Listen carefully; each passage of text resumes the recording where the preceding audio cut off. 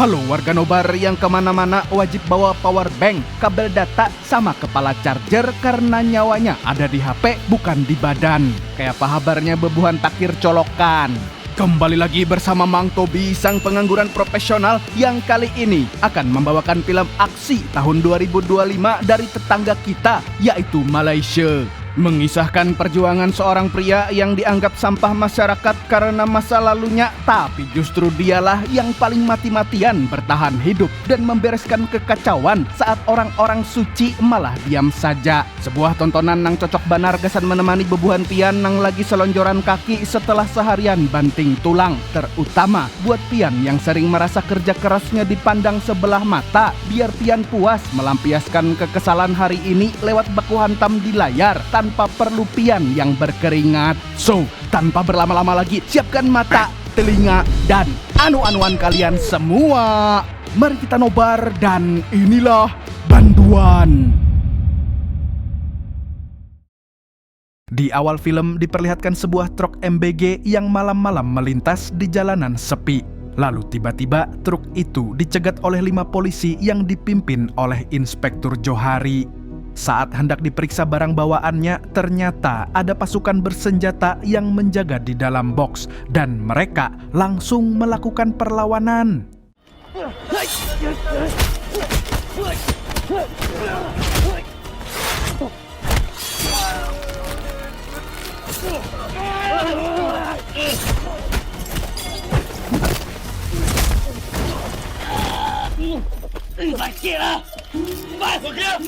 Siapa sangka truk tersebut ternyata menyelundupkan barang haram di dalam semangka. Polisi pun langsung menahan para jamet yang ada di sana sekaligus menyita garam Cina yang berjumlah ratusan kilo.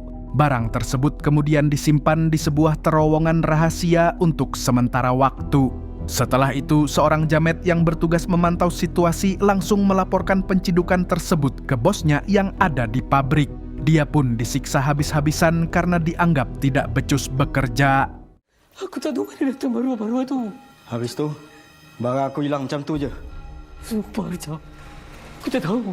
Sumpah. Dari sini kita tahu bahwa pasukan jamet tadi adalah bagian dari kartel garam Cina yang paling berbahaya, dipimpin oleh pria misterius bernama Azharuddin. Selain memproduksi, mereka juga menyebarluaskan garam Cina ke seluruh Malaysia secara diam-diam. Dan selama ini bisnis ilegal itu bisa berjalan mulus berkat campur tangan orang dalam kepolisian yang bermain dua kaki.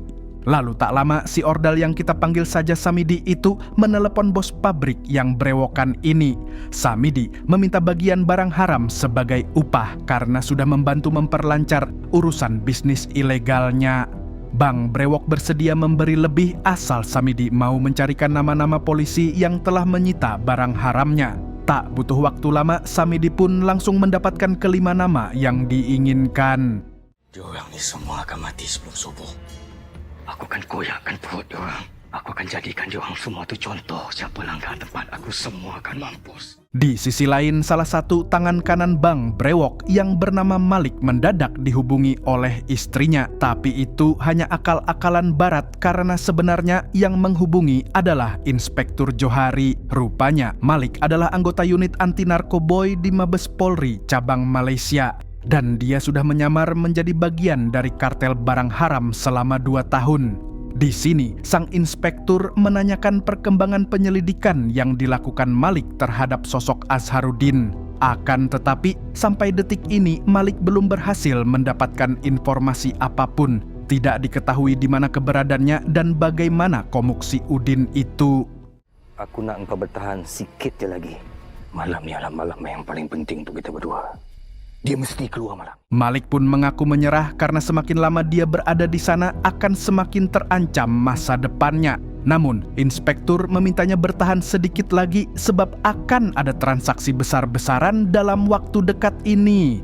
Sementara di waktu bersamaan, Bang Brewok diberitahu oleh Samidi bahwa ada seorang pengkhianat di dalam kartel. Agak. Hey, phone me. Dia bro. Kau rasa siapa anjing peli dalam ni? Untungnya Malik belum ketahuan. Bahkan Bang Brewok malah curhat tentang adanya pengkhianat itu kepadanya. Di tempat lain, tepatnya di kantor polisi, kita diperlihatkan dengan 3 jamet Tanah Abang yang sedang dimarahi petugas bernama Sersan Yahya. Mereka dipanggil atas laporan warga yang merasa terganggu karena para jamet ini suka live TikTok dan skuproy tak kenal waktu. Tak ada kerja lain kau nak buat tak? Pada muka.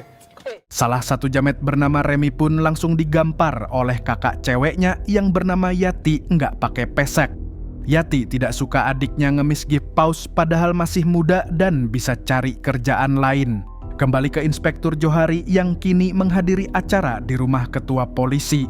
Di sini, beliau juga melaporkan tentang transaksi besar-besaran yang direncanakan oleh kelompoknya Udin. Lalu setelah acara dimulai, ketua polisi menyuguhkan bandrek spesial untuk seluruh anggotanya yang hadir. Tanpa mereka ketahui, minuman-minuman itu sudah diracun oleh polisi bernama Saipul yang bekerja untuk Samidi. Dan tak lama kemudian,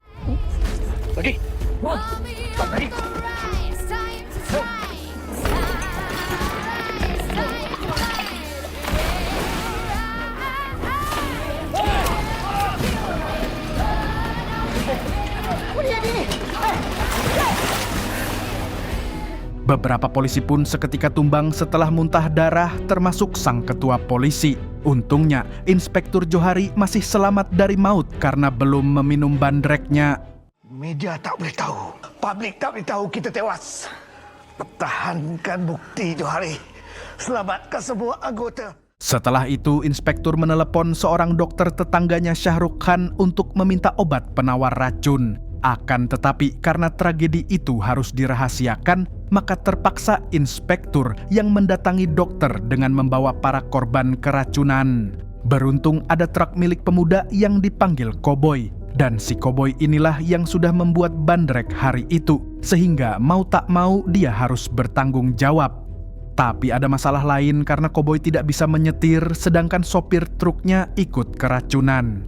Ketika Inspektur mulai frustasi, dia teringat kalau tadi ada anggotanya yang datang bersama seorang napi yang baru saja dibebaskan. Dan kebetulan pria bernama Dali itu bisa nyopir truk.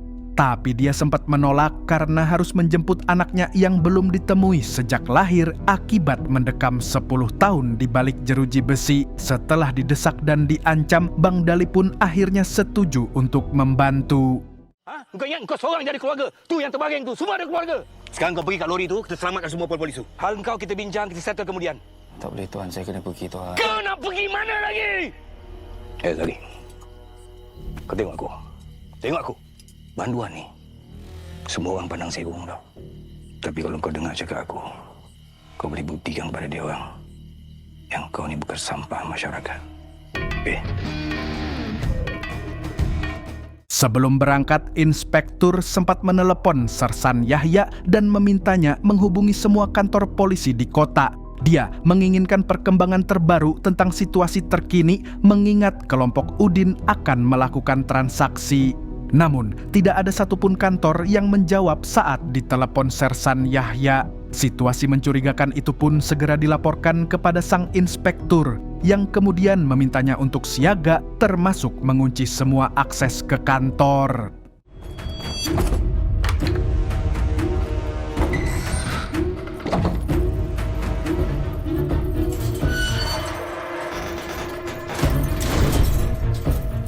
Di waktu bersamaan, Bang Brewok sedang mengumpulkan semua antek-anteknya. Malam itu juga, mereka akan menghabisi 5 polisi yang menciduk barang mereka di awal film tadi. Lalu tanpa banyak bacot lagi, mereka pun segera OTW ke rumah ketua polisi.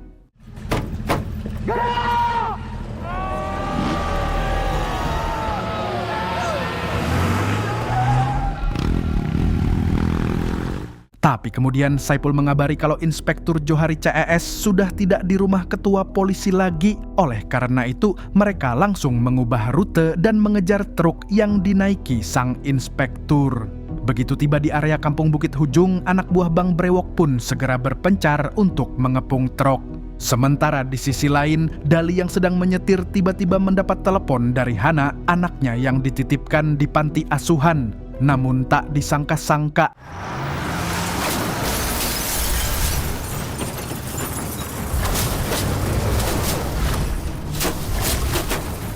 Truk pun keluar jalur dan memasuki area perkebunan sawit, tapi bukan yang di Sumatera. Tepat saat itu, pasukan Jamet anak buahnya Bang Brewok datang dan langsung mengejar mereka.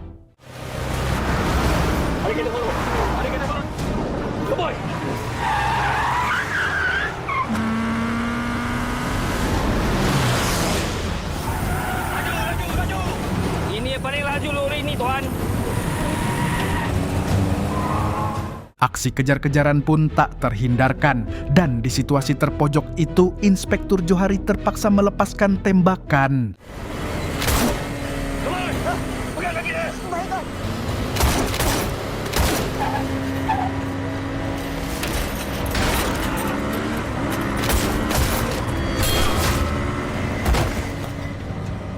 Naas pasukan Jamet yang naik motor berhasil membuka pintu bak truk dan membuat ketua polisi nyaris terjatuh. Alhasil, koboi diperintahkan ke belakang untuk menutup pintu tersebut. Namun, saat si koboi berhasil mencapai bak, tiba-tiba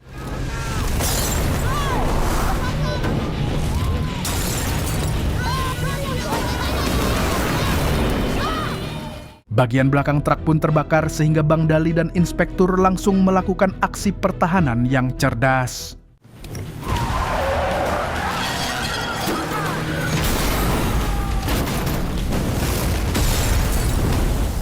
Nah, mamam, situasi berhasil dibalik dan mobil salah satu pasukan Jamet berakhir meledak. Koboi lantas buru-buru menutup pintu bak dan perjalanan pun kembali dilanjutkan. Beberapa saat kemudian mereka berhenti untuk isi bensin di Pertamini terdekat. Tapi di sini Bang Dali mengatakan kalau dia tidak bisa melanjutkan perjalanan karena dia tidak mau mati sebelum melihat anaknya.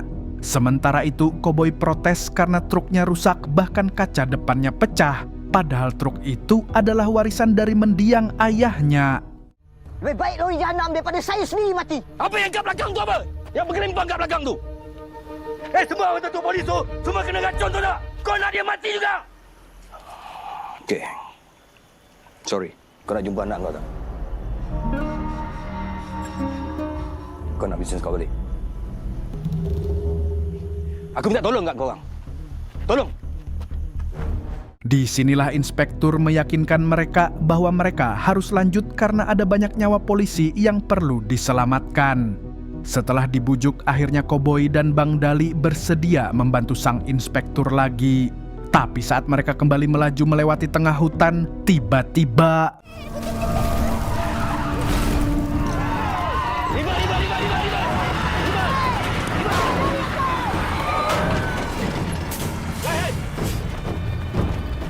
truk pun dikepung oleh kelompok gangster yang bekerja untuk kartel. Tapi bukannya langsung menyerang, dua kelompok gangster itu malah adu bacot.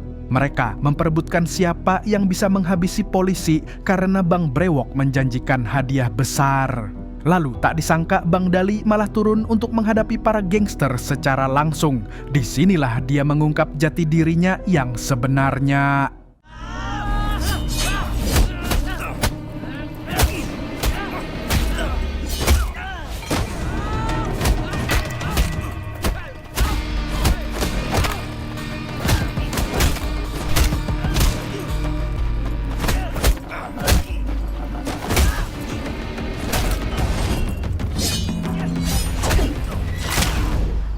Siapa sangka Bang Dali yang hanya sendirian berhasil membantai belasan anggota gangster dengan sangat cepat. Sementara itu, kantor polisi mulai digeruduk oleh Bang Brewok dan antek-anteknya. Sersan Yahya pun segera menghubungi inspektur untuk meminta bantuan.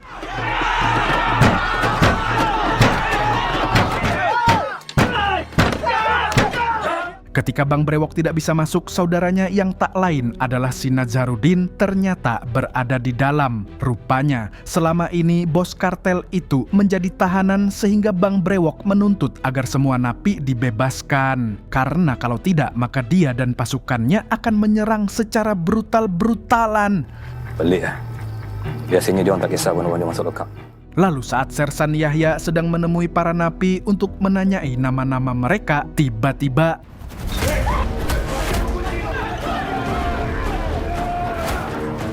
Beruntung ada para jamet kuproy yang menyelamatkannya. Berguna juga mereka. Di sisi lain, Inspektur CS sedang berhenti sejenak karena mesin truknya overheat. Tapi saat mereka ngobrol sambil nyebat sebatang Marlboro, tiba-tiba kelompok gangster lain berhasil menemukan mereka. Saat itulah Bang Dali kembali unjuk gigi.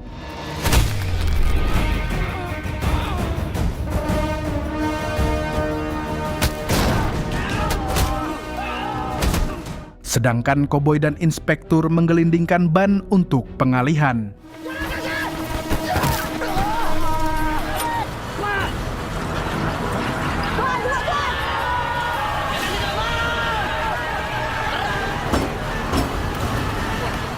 Apesnya, Inspektur Johari malah terjatuh membuat Sidin terpojok dan dikepung oleh anak buahnya Bang Brewok. Maka Bang Dali pun keluar truk untuk mengamankannya. Sementara itu, koboi yang cupu juga terpaksa beraksi menggunakan senjata.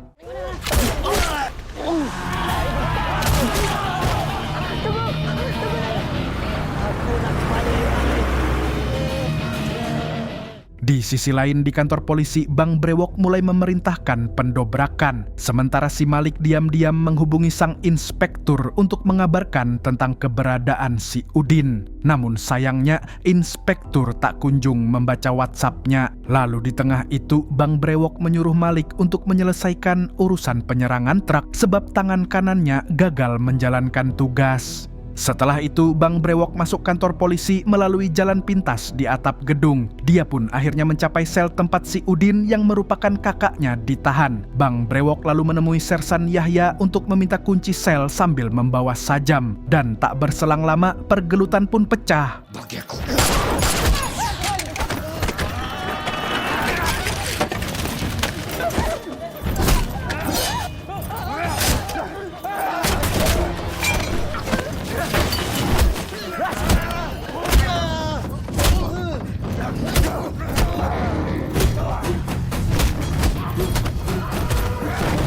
Di tengah itu, Remi si jamet kuproy keluar untuk mencari bantuan. Namun dia malah bertemu jamet kartel garam Cina dan langsung gelut.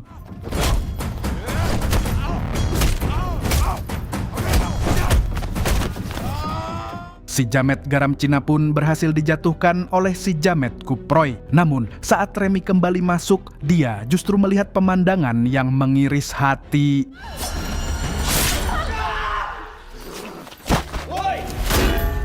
Kakaknya ditikam oleh Bang Brewok dan berakhir innalillahi, membuatnya menangis histeris sebab belum sempat membahagiakan sang kakak. Sementara di luar, antek-anteknya Bang Brewok masih berusaha mendobrak masuk kantor polisi. Kembali ke Inspektur Johari yang masih dalam perjalanan. Saat mampir sholat subuh di musola terdekat, Bang Dali akhirnya menceritakan masa lalunya kepada koboi. Rupanya dia adalah mantan gangster yang sempat dipenjara 10 tahun karena kasus pembunuhan. Dia terpaksa melakukan hal keji itu sebab istrinya dibunuh oleh rekan-rekannya di geng. Padahal saat itu sang istri sedang mengandung Hana putrinya. Beberapa saat setelahnya, tiba-tiba sebuah bis yang dikendarai oleh si Malik datang. Setelah memindahkan para korban keracunan ke dalam bis, Bang Dali kemudian menitipkan gelang hasil karyanya untuk diberikan ke putrinya. Dia khawatir tidak akan selamat dari misi yang mempertaruhkan nyawa ini. Ayah kandung dia sayang dia. Ayah kandung dia bagi ni kat dia. Cepat. Lambat. Tuan. Namun, Saipul si polisi Tambuk kembali melaporkan hal itu ke Samidi. Mendengar inspektur dibantu oleh Dali, Samidi lantas memerintahkan Saipul untuk segera menghabisi mereka sebelum mereka mendapatkan obat penawar racun. Saipul pun menurutinya sebab nyawa keluarganya lah yang dipertaruhkan. Maka dia mengajukan diri untuk ikut dengan inspektur selagi rekan polisinya yang lain dibawa ke dokter oleh Malik.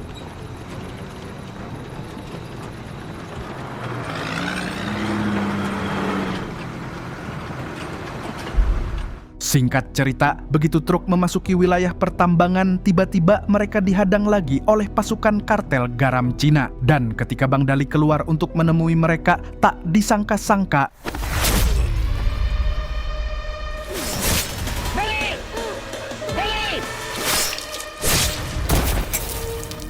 Dan tentu saja Saipul menumbangkan yang OP lebih dulu, sementara pasukan kartel langsung menyerang inspektur dan koboi.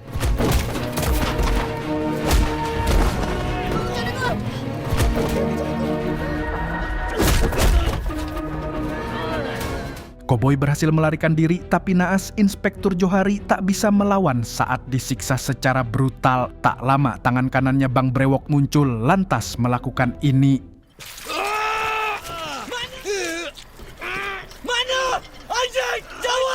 Untungnya, si Malik tiba tepat waktu dan bilang kalau dia yang akan mengatasi sang inspektur. Akan tetapi saat Malik sedang membisikkan rencana pelarian kepada inspektur, tiba-tiba Malik pun gugur setelah penyamarannya terbongkar, sedangkan Inspektur Johari kembali disandera. Di waktu bersamaan ternyata koboi juga tertangkap oleh Saipul. Kemudian gelang Bang Dali yang dibuat khusus untuk anaknya dilempar oleh Saipul, lalu diambil oleh si tangan kanan Jamet. Hal itu sontak memancing amarah Bang Dali, sehingga inilah yang terjadi.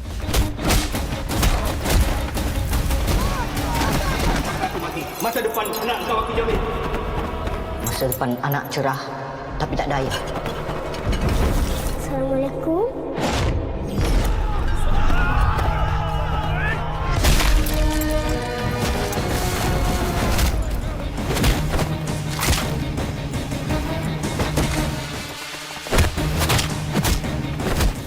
Sesuai prediksi, Bang Dali pun bisa menghajar para Jamet dengan mudah meskipun dalam keadaan terluka. Sementara itu, Inspektur Johari berhadapan dengan Saipul si pengkhianat.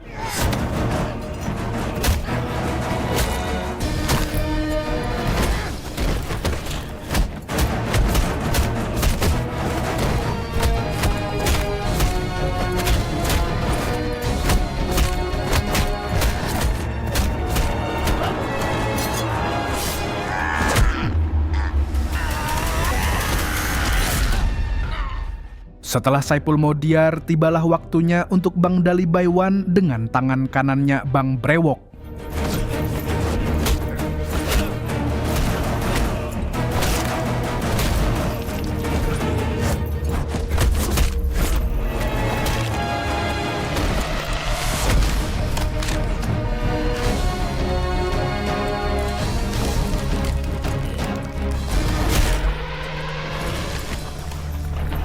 Tentu saja Bang Dali menang, kemudian mereka langsung tancap gas ke kantor polisi untuk membantu Sersan Yahya.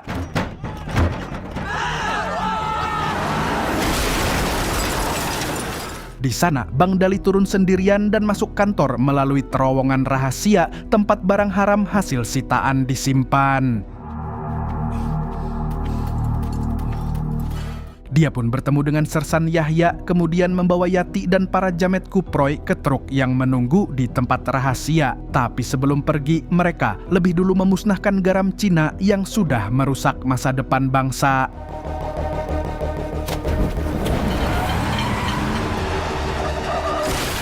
Lalu setelahnya Bang Dali dan Sersan Yahya bersiap menghadapi pasukan kartel anak buahnya si Udin. Dan begitu kantor didobrak menggunakan mobil, saat itulah peperangan pecah.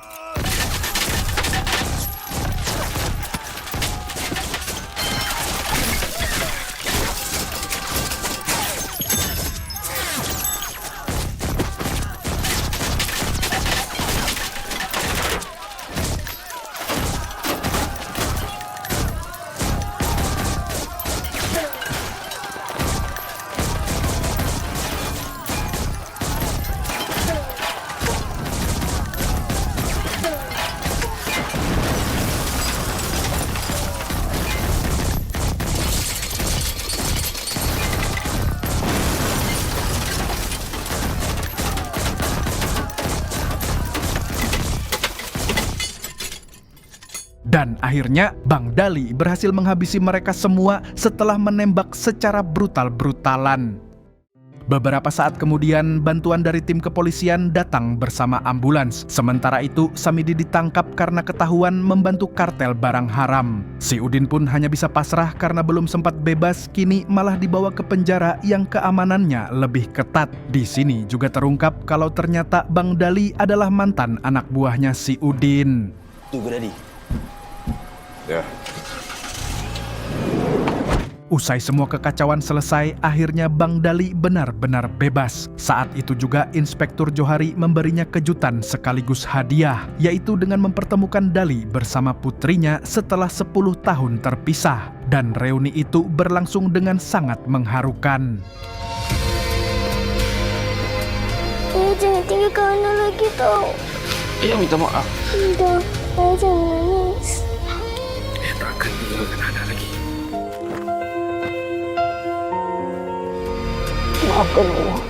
Sebelum pergi, Bang Dali sempat menitipkan gelang buatannya untuk anak Inspektur Johari. Setelah itu, mereka pun berpisah dan berjanji bertemu di kesempatan lain. Tuan kena rasa nasi dagang saya nanti. Tuan, saya tak ada apa nak bagi. Tunggu gua, bro! Bro Dali! Dan film pun tamat. Dari film ini kita bisa belajar tentang sebuah dedikasi menjalankan tugas meskipun berada di antara hidup dan mati. Sementara kita baru disuruh balas chat grup kerja aja udah merasa hidup tidak adil. Segitu dulu dari Mang Tobi, sang pengangguran profesional yang sampai saat ini masih numpang upload di channel Kreana Drama, mengucapkan sampai jumpa di video selanjutnya. Nah, kalau begitu Mas Yono sebagai tuan rumah CEO, tolong passwordnya dong. Pulung Gondol pamit dulu.